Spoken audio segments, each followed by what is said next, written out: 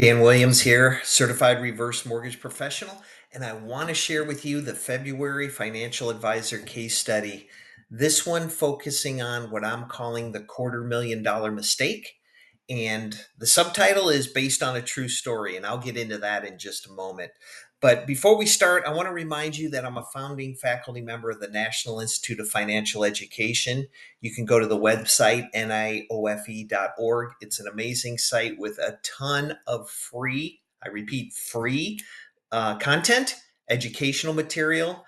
Love sending this out to young first time home buyers as well as people who are just confused about money. So the site is great. I highly recommend it. But let's get into the case study. Quick reminder, I am a certified reverse mortgage professional. There are only 208 of us in the country out of the tens of thousands of people originating mortgages. 208. And the reason is it was a challenge, a difficult test. But the content that I learned along the way was fantastic, supports my experience in the reverse mortgage space.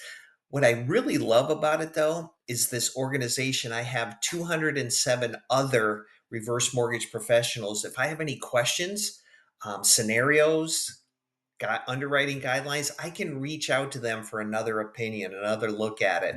And that's proved to be an amazing resource.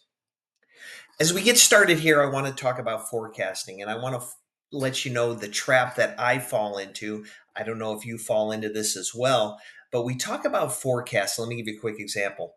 Hey, Dan, what do you think is going to happen over real estate over the next 5, 10 years? Of course, I'd say it's only my opinion, but if we look backwards, we average about 6% appreciation in San Diego County. The challenge and the problem with it is it doesn't just go up 6% every year. It's up 8, down 4, up 12, down 3. So in the financial world, I know you deal with it. It's called sequence of returns risk when looking at a portfolio. And you have software, whether you're using something like eMoney or Money Guide Pro, that can help you run the Monte Carlo simulations. But it's an important thing to remember, especially as we get into the case study. So, this is based on a true story. Many years ago, over a dozen years ago, a financial advisor came to our team and said, "Hey, client has $1 million in their portfolio. The home is owned free and clear. What do you think about this reverse line of credit? A reverse line of credit being just like a home equity line of credit, but with the reverse, you don't have to make payments on it." So they evaluated and said it's way too expensive. It just wasn't worth it. My client's doing really well here. So they came to us last year and said, "My client's down to a little over $400,000. We really need it because she's healthy and she may live another 10, 15 years and she's going to run out of money. What should we do?" So they decided to go with the reverse line of credit. And fast forward to the end of the story, he said to us, "Man, I wish we would have done this many years ago." So I want to address what happened and also the expense of it. So, real quick refresher: home equity line of credit on the reverse side, it's automatically created when the equity, i.e., the math, works out when we're doing the transaction. If they own the home free and clear, we can do it. It stands by itself. That's fine. It's open ended credit. What it really does is it makes your home equity available as another source of funds. It makes it liquid. When people take money out of it, it's not taxed, it's not a taxable event. And one of the cool features is it's very secure. If you flash back to 2009, 2010, the big banks were freezing traditional lines of credit, eliminating them, reducing them. That cannot happen with this product. This is an FHA product. It is federally guaranteed. So this is a fantastic feature. And the unused part of the line of credit grows over time with the note rate plus the mortgage insurance premium of 0.5%. So for easy math, let's say you have available 100,000 and you don't touch it. The note rate plus the mortgage insurance is 7%. At the end of year one, your line of credit's now 107,000. And you can see how that can really compound over time. So let's go back in time. Excuse me. Client had $1 million. I put in here the S&P return of that year and reflective of the growth of the portfolio. And then we backed into the number that she was taking out.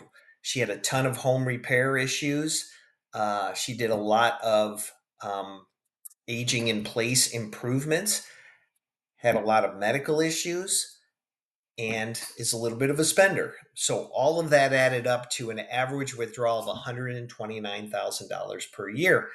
Excuse me. So in year one, you can see the portfolio grew at $127,800. She took out 129, so her balance is just about $1 million. Going forward, you can see the negative or break even years I've put in red, and these are the punishing years to the portfolio.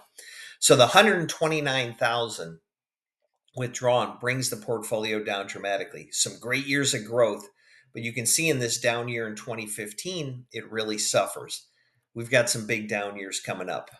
So 2018, you can see the portfolio decreases by 50 grand and she takes out that 129K. So she's only got 621,000 left at the year of in year 2018.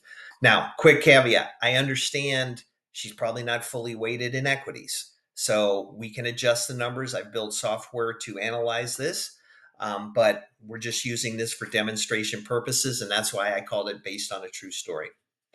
So the big bummer was 2022. The portfolio's down 20% and she takes out the 129,000. This is when the alarm bells really started going off for the advisor. So I call this the no plan. There was no plan to minimize the sequence of return risk or eliminate it.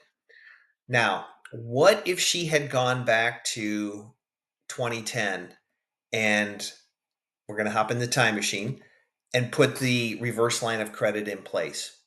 Understand, back then, probably it was about $25,000 of cost. Today, it's probably 30 to put this reverse line of credit in place. And that's why I said, oh, that's not worth it. It's too expensive. So we look at years in the red that they are not touching the portfolio. They're taking the money out of the line of credit. You can see the portfolio held tight at right around $1 million. We get the nice appreciation. Down year in 2015, portfolio hangs tight. 2017, big year. You can see the massive gain in appreciation. So the portfolio is still over $1 million. The bigger number benefits with these huge upticks in the portfolio, and then it eliminates that sequence of returns risk in 2022. So you can see if they would have put the line of credit in 2010, her portfolio would be worth 1.6 million versus the 411K. So that's great. It's liquid, it's real assets in the portfolio. The other piece, which you may or may not talk to your clients about, is the psychology of money piece, where the stress is eliminated from her life looking at that statement every year. It's not going down, it's just going up. That is the piece that I think we need to talk about more, is that feeling of well-being, the feeling of security, having that money in her portfolio. So the difference of, I like to call it the cost of not, is almost $1.2 million of difference. Excuse me. So the line of credit, let's go back to that real quick. If we were doing this today, you're looking at about 34,000 to put in place. The biggest piece of that is 2% of the value of the home, up to about 1.2 million is the county loan limit today. So it's almost $24,000 immediately goes to FHA. Okay. So that's the big cost. You can see this little chart. It may be tough to see, but this loan balance is going to go up over time. But as the home increases in value, this light blue line here, the net equity forecasted kind of stays the same. So yes, the loan is growing, and you can see this right here. The loan balance on the years we're taking out the 129K. I'm going to fast forward to the 14th year of 962,000. So quite a big loan balance, but the portfolio is at 1.6. Massive difference there. Um, One quick caveat as well, or one quick reminder, the reverse mortgage is just a mortgage. So, like any mortgage, when she passes away or moves out of the home, the mortgage has to be satisfied by the estate. So, what does that do for the client? That client, by not taking out this line of credit and not dealing with the sequence of returns risk, using home equity as an alternative source of money, or as Dr. Wade Pfau calls a non correlated asset, it's almost a $235,000 mistake to the net wealth. One other reminder about the reverse mortgage, if for some reason she wanted to make a large payment, she could. That's always an option. Remember, a reverse mortgage is just a mortgage. You can make a payment on it. You can refi it. Just completed one of those last month. You can buy a home with a reverse mortgage. All of those things hold true like a traditional mortgage. The beauty of the reverse is you don't have to make a payment if you choose not to. So this is, the end of the story based on my true story. What I suggest is anyone that you have, excuse me, has around $1 million to $2 million invested and owns their home free and clear. Let's talk about this and model it. We can get together, knock one of these out in less than 30 minutes, and see the potential impact for your client. I've become a big believer in this, going through this analysis and going through this process last year with this advisor. Huge opportunity to keep the client much more invested, as well as save additional wealth for them. Thank you so much.